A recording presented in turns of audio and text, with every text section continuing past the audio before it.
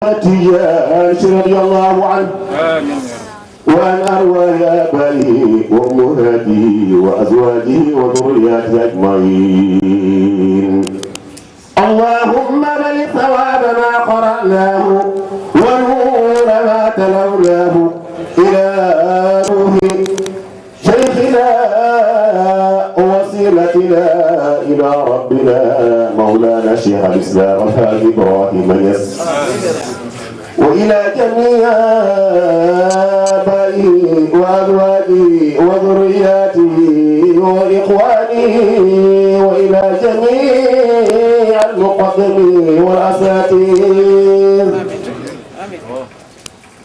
اللهم بل ثواب ما قرأناه ونور ما تلوناه إلى أرواح إخواننا الذين يسكنون في هذه البقعة. اللهم اغفر لهم أجمعين، اللهم اغفر لهم أجمعين، اللهم اغفر لهم أجمعين، اللهم اغفر لهم أجمعين. اللهم اغفر من كان في بقعتنا هذا في عصر المسيس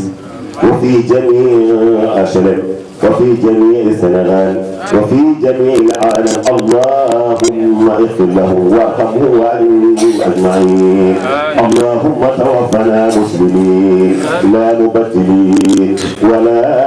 فاتنين ولا مفتونين. اللهم انصرنا، اللهم انصرنا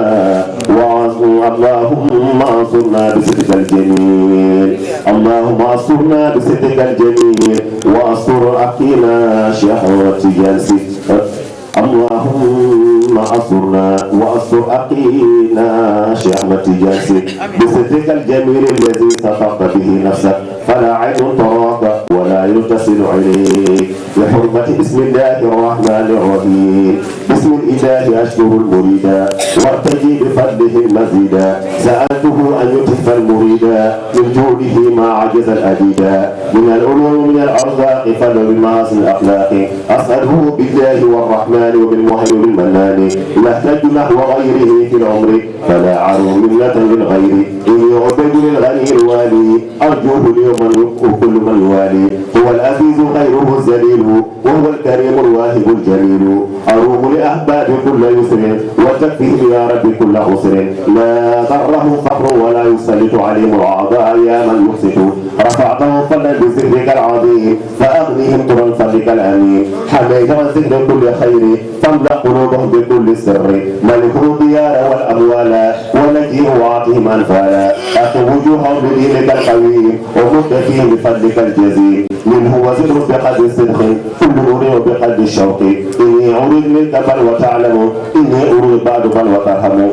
لكم منك ثم فينا كلما طلبته وأن تعطيه كما رجعت. إنني رجعت منك بكل ما سألته إليك. حسن خواتم الأولى والأولى واعطنا ما فات الأولين. يا من يجيب دعوة المضطر فكشفا ما مسنا من ضر. مصلي على النبي المصطفى وآله مسلما مشرفا. اللهم صل على سيدنا محمد الفاتح لما أغلق والخاتم لما سبق الناصر الحق بالحق والهادي إلى صراطك المستقيم وعلى آله حق قدره ومقداره العظيم. سبحان ربك رب العزة عما يصفون وسلام على المرسلين والحمد لله رب العالمين.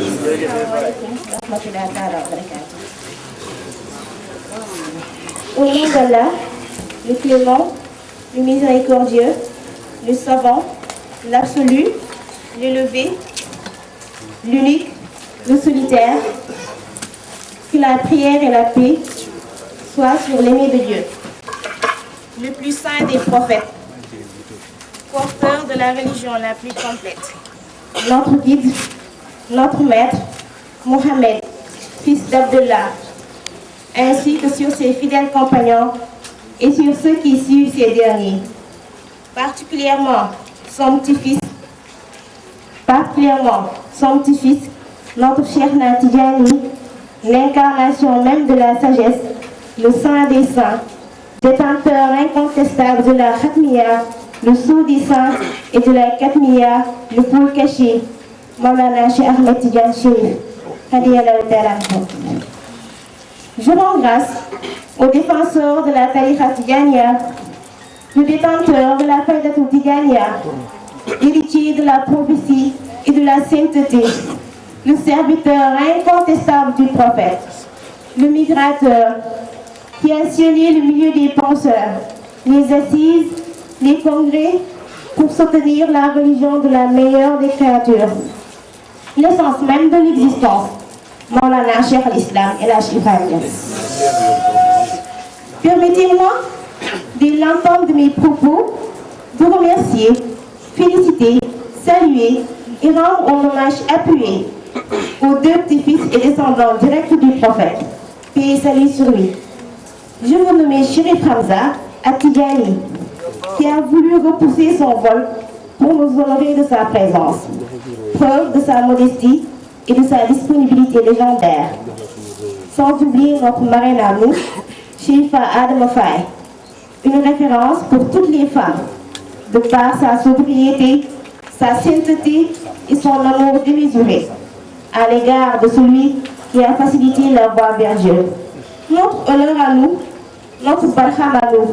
Maulana Cheikh al-Islam El Hadj Ibrahima Niass. Qu'il me soit permis de saluer la présence parmi nous des autorités administratives ici présentes ou représentées, saluer la présence des chefs religieux et imams du quartier et tous les talibés de Baye Niass et sympathisants. Une pensée se tourne vers toutes les personnes qui auront voulu être présentes pour s'associer à notre bonheur, mais que la fatigue, la maladie et la distance ont malheureusement empêché. L'association Nourul Bassar,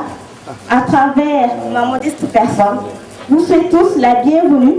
à cette très grande nuit de Laylatul Qadr, essentiellement en l'honneur du meilleur des chefs,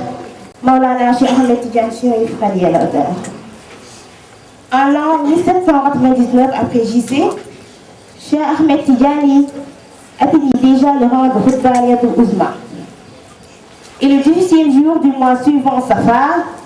il fut tissé au grade suprême que le Très-Haut lui a réservé de toute éternité et qui couronne ses efforts. Le Maham Katmiya ou Hatmiya, pour signifier que c'est le stade qui clôt la sainteté. Ce grade, qui n'a jamais été décerné à aucun saint avant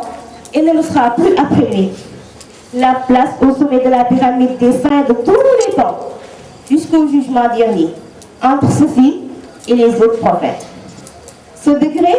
sera confirmé le jour du jugement dernier par une voix qui clamera « Voici celui qui de toute éternité nous inspirait les connaissances, les lumières et la puissance que le Seigneur le Très-Haut vous destinait. Il les recevait des prophètes et les distribuait aux saints pour vérifier leur esprit et guider leurs actions. Fasse Dieu que nous soyons membres de sa famille. Amen. Cependant, sachez que l'amour de notre bien-aimé maître, Sayyidina Cheikh Radiallahu Ta'ala Anhu, est le fondement essentiel du cheminement au sein de notre tariqa Tidjane. Ce qu'il confirme d'ailleurs en ces termes. Le maître de l'existence m'a informé que celui qui m'aime, il est donc aimé du prophète et qu'il ne mourra qu'en étant envoyé, sans aucun doute. En effet, je vous invite tous à dire Alhamdulillah. Non seulement du fait d'être musulman, mais du fait d'avoir l'honneur d'être compté parmi ceux qui marchent chaque jour dans le paradis divin, par les biais de la tariqa Tidjane qui regroupe en son sein tous les bienfaits du monde. Son objectif étant de guider les gens vers la connaissance divine qui est l'unique remède contre la perdition. Par ailleurs, Nourul Bassar se veut une association religieuse qui prône la paix, l'union et le développement dans le monde. Il œuvre dans le social et l'éducation religieuse. Pour cela, nous, membres de l'association, saluons Oustaz Ibrahima Faye, Serigne Cheikh Ahmed Tidiane Sy, Cheikh Taïb Touré et Abdourahmane Daw pour leur soutien, leur amour, leur rôle d'éducateur et surtout pour leur qualité d'homme intègre. Nous n'oublierons pas nos moments infatigables, moments Oumou Samb, moments Mame Dingue Samb et moments Khadijatou Koné, pour l'amour qu'elles nous ont toujours entouré. Sans pour autant oublier de remercier très fortement notre papa Abdourahmane Sy. Que Dieu vous prête longue vie. Amen. Je ne saurais terminer ce présent discours sans pour autant saluer le responsable moral de l'association, cher El Hadj Ousseynou Niass, pour ses prières, ses conseils et soutiens indéfectibles. Sans oublier de prier pour le 4e khalife de Cheikh al-Islam, en l'occurrence, Cheikh Ahmed Tidiane Ibrahim Niass, de remplir parfaitement sa mission d'homme de Dieu. Notre conférencier, Cheikh Ousmane Demba Faye, Sérérou Mamdam, va, dans les heures qui viennent, développer sur la vie et l'œuvre de Cheikh Ahmed Tidiane Chérif. Que les lumières de Maulana Cheikh Ibrahim vous inspirent. Je vous rends humblement mes devoirs tout en vous remerciant de votre si aimable attention.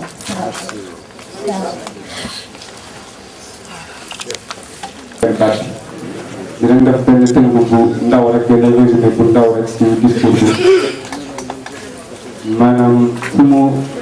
jeexalee fa laa bëgg tàmbalee muy suñu conférencier ndax man sànq bi may commencé tudduma ko muy Cheikh Ousmane Demba Faye ñu gën nga xam si séeréeru Maam Dame bi nga xam ne wala sëriñ bi la ñu ngi nekk di def liggéey bu mucc ayib si àll bi incha allah du ñàkk sëriñ bi dana si jëm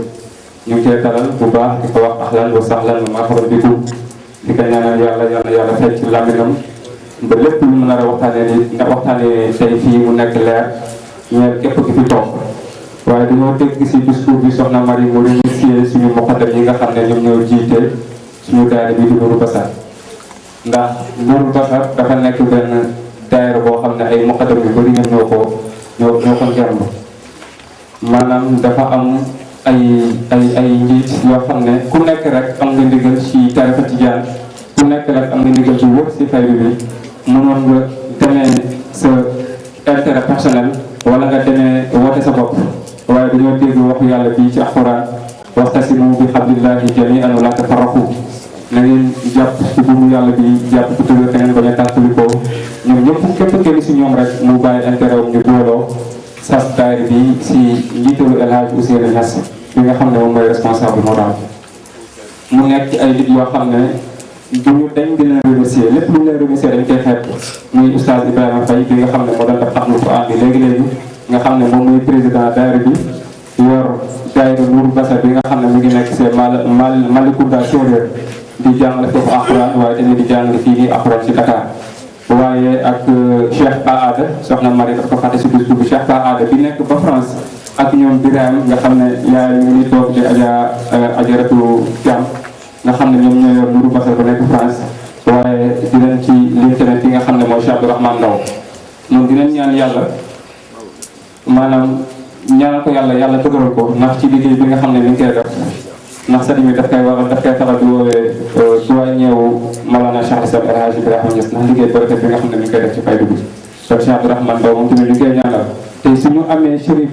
Hamza Tidiane jógee ba Fès ñëw toog ak ñun si jotaay bi si barkewam la ndax Cheikh Abdourahmane Ndaw moom moo jóge ci Dakar dem ba Fès ngir ziara ki nga xam ne mooy Cheikh Tidiane xamante ak Chérif Hamza indi ñu ko Dakar daawaati géej ak daaw ñu am na dem ba Karang dafa conférence ren Chérif Hamza ñëwaat fii ñu yóbbu suñu guddi bi mën a def koy teewee kon Cheikh Abdourahmane il faut que ñu remercier ko gërëm ko waaye tamit ci considération bi nga xam ne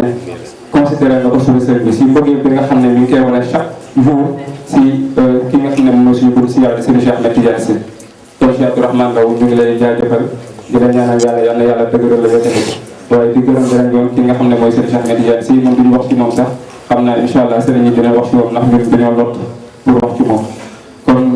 ñu nit duñu dañ di leen remercier sax dina remercier saa su nekk waaye di leen ñaanal yàlla dafa leen tawfeex dafa leen taysir li nga xam ne moom mooy seen mission li nga xam ne leen escalier la boo xam ne lay eggale ci yàlla gannaaw bi nga eggee ci yàlla nag soxla tookoo dañ ko war a bàyyi ndax egg nga ci yàlla loolu buñ ko mos a def bu ñu bokk si ñooñu doon nañu rek Mawlana Cheikh Islam El Hadj Ibrahima Niass téere bu mu njëkk taalif ñu doon def ñun ñëpp ñu xam ko recommandation bu ñu si njëkk def moom mooy ñu jàpp tarixa tijaan nasihatul minni ila ixwaani fal tumsiku tarixatu tijaani tarixatul maxdil fadli wa ridwaani aussi service sunnati wa furqaan loolu nag doy na ñu wax ne kon tarix bi dañ ko war a jàpp waaye dinañ wax ne Baye radiyallahu anhu testament bi nga xam ne moom la mujjee bind jox ko doomam waaye jox ko ñi nga xam ne ñooy taalibeem gannaaw recommandation yi nga xam ne jox na ko doom yi mu wax leen yéen mag yi da ngeen yërëm xale yi waaye xale yi tamit da ngeen respecté mag yi wax na si aleykum bil awraadi tijaani fa annaha kanzun lil ahyaa wa amwaat na ngeen jàpp li nga xam ne moom mooy seen awraad tarixa tijaan ndax trésor la fii ci àdduna ak ci àllaaxira kon nga gis nga bàyyi ak yàlla anhu si ñëpp benn dundam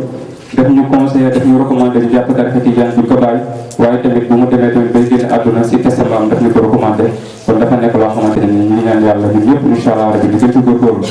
te am na sax benn wàllu boo xamante ne nii fii si tànt bi ñu ko dusuram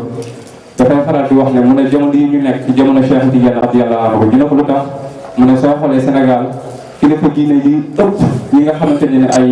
ay kilifa diine te nekk ay kilifa diine si tarixa Tidiane soo xoolee Cheikh Ahmed Tidiane lañ tudd mu ne soo demee Thiénaba Seck xalifa bi ñu tudd Cheikh Ahmed Tidiane Seck soo demee fi nga xam ne mooy Medina Daaka ba xalifa bi mi ngi tudd Cheikh Ahmed Tidiane Ba mu ne soo demee fi nga xam ne moom mooy Tiwaawan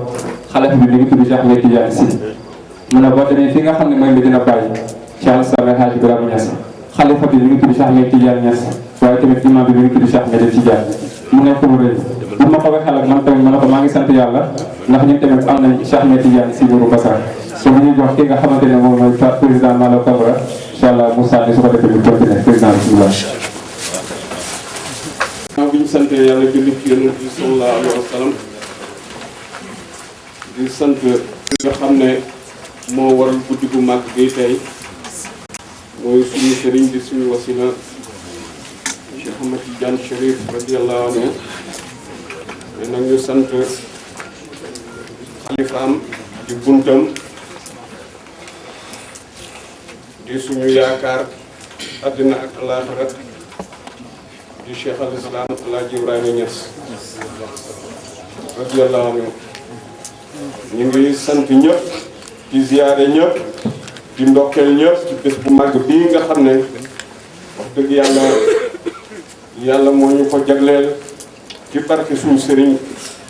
Cheikh al-Islam Alaaji Ibrahima Niass muy bés boo xam ne benn bés du ko gën a màgg muy bés bii ñu màggalee ñuy màggal suñu sëriñ suñu bunt suñu wasila suñu bunt fi yonent yàlla Muhammad sallallahu alayhi wa sallam di Cheikh Ahmed Tidiane Chérif radiyallahu anhu muy laylatul xatmiya bii nga xam ne ren mooy 5e édition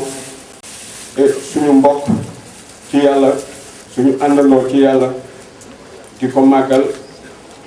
muy Cheikh Ahmed Tidiane Sy Nourul Bachar ak mbooleem mbooloo mi nga xam ne ñoo jokk ci moom ñu ngi leen di ñaanal yal na yàlla yàggal seen taxawaay te dëgëral leen ñu ngi nuyu ñëpp di ziyaare ñëpp tàmbalee ziyaare bi ak nuyoo bi nag ki nga xam ne moom jotaay bii nga xam ne teewaayam sant yàlla bu rëy rëy la yokkute la it ndax teg yàgg na ñuy ñëw ci laylatul xatmiya bi fii wante tey bu ngeen seetloo am nañu yokkute alhamdulilahi rabbil alamin mooy kan Chérif ki nga xam ne mooy surtout Cheikh Ahmed Tidiane Chérif jógee ca dëkk bu màgg ba di Fès di dëkku Cheikh Ahmed Tidiane Chérif radiyallahu anhu nga xam ne tey teewee na suñu guddi gi mu nekk guddi googu taaral na guddi gi màggal na guddi gi mu tombeek nag guddi goo xam ne bu ñëwoon beneen guddi sax dina taaral dina màggal guddi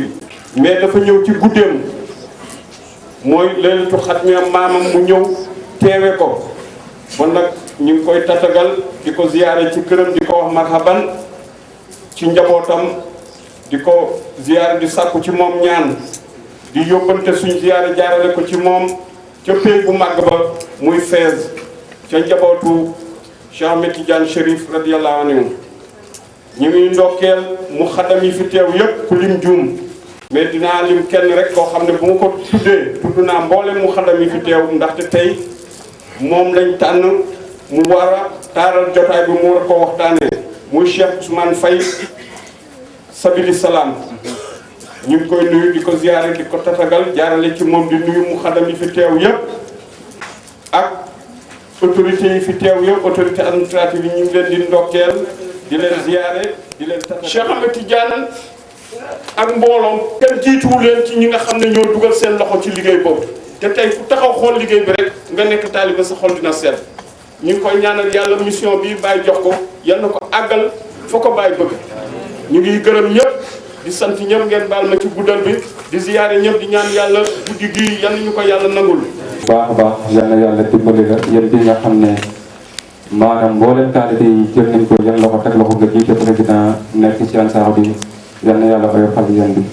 kon si ndigalu sëriñ bi di ñuy jox waa taabal bi ñu si kar ay dafay ñu la